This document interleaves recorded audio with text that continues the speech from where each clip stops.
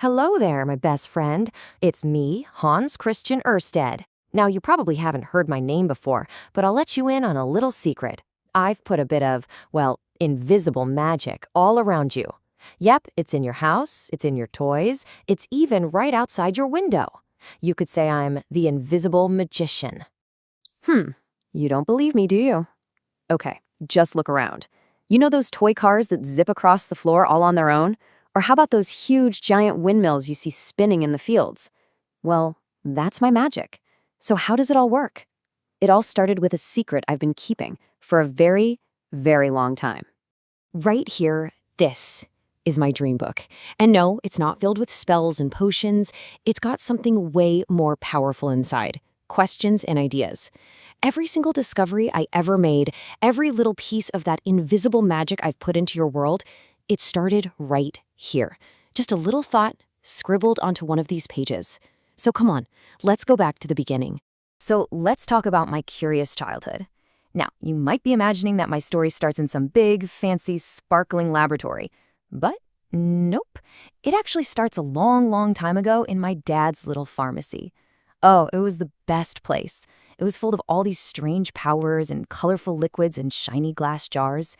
That was my first playground and my very first school. And here's something that might surprise you. I didn't really go to a normal school at first. When I was about your age, around 12, my dad taught me all about chemistry just by letting me help out in the shop. And get this, a super kind wig maker taught me German, and a man who measured land taught me math. It just goes to show you, right?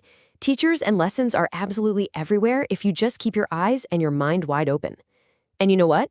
All that curiosity really paid off. By the time I was 16, I was ready for the university. How cool is that? The wiggling compass needle. This is a big one.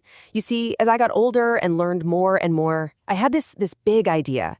It was like a feeling deep down in my bones that all the forces in nature, things like electricity and magnetism, were somehow connected. Like they were all part of one big, secret family. Nobody else really thought so, but I just knew there had to be a link. And then, one totally ordinary evening, I found it. So picture this. It's 1820, and I'm in the middle of a lecture with my students. On the table in front of me, I have some really simple stuff: an early type of battery, a piece of wire, and just sitting off to the side, a little compass like a sailor would use. Now, I wasn't even planning on doing this experiment, but that little voice of curiosity in my head, the one, it just whispered, "Go on, just try it." So I did. I connected the battery, sent a little zap of electricity through the wire, and then it happened.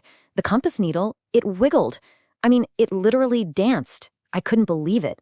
I disconnected the battery, and it went back to normal, pointing north. I connected it again, and wiggle. There it was. In that one tiny, surprising movement, I saw the invisible connection. The electricity was making a magnetic force. It was like seeing a secret handshake between two parts of the universe, and I was the first one to see it. Wow. It's amazing to think that one little wiggle completely changed everything. That discovery, it's the secret inside every single electric motor that makes your toys whiz around or your fans spin on a hot day. It's how those giant wind turbines turn a simple breeze into clean energy for our houses. It even led to things like radios and telephones and the super powerful magnets they use in hospitals. All of that from one little wiggling compass needle? Okay, but the story's not over. My dream book wasn't finished yet. My curiosity didn't just stop with invisible forces. Oh no. My next big adventure was about making a brand new kind of magic metal and, well, making a wonderful new friend. You've held an empty soda can before, right? You know how it's so light. Well, that's aluminum. And would you believe it? I was the very first person to ever make it. Yep, way back in 1825, I was just mixing some chemicals, heated them up, and poof, I made this little lump of shiny, silvery, super light metal. And now, it's used for everything, from giant airplanes to the foil that wraps your sandwiches. It just goes to show you've got to experiment and try new things to see what kind of magic you can cook up. Now, besides all my science stuff, I also loved stories and poems and art. And I had this really wonderful friend who also happened to be named Hans Christian. I wonder if you've heard of him. He was a young man with the most brilliant imagination, and he loved to tell stories. So in our city, everyone called us Big Hans Christian and Little Hans Christian. I was the scientist, you see, always digging for nature's secrets. And he, my friend Hans Christian Andersen, was the storyteller, creating these amazing, magical worlds just with his words. It kind of shows you that science and stories aren't so different, are they? They both start with curiosity and a whole lot of imagination, and they both help us see the world in a brand new light. You know, my friend Andersen, sometimes he didn't believe in himself. He wrote these big books that he hoped would make him famous, but I read his fairy tales. Oh, the ones about ugly ducklings and brave little tin soldiers, and I told him, the fairy tales, they will make you immortal. And you know what? I was right. It's so important to believe in your friends and cheer them on. Sometimes, just believing in someone else, well, that's the most powerful kind of magic there is. Okay, so I think sharing is the best discovery of all.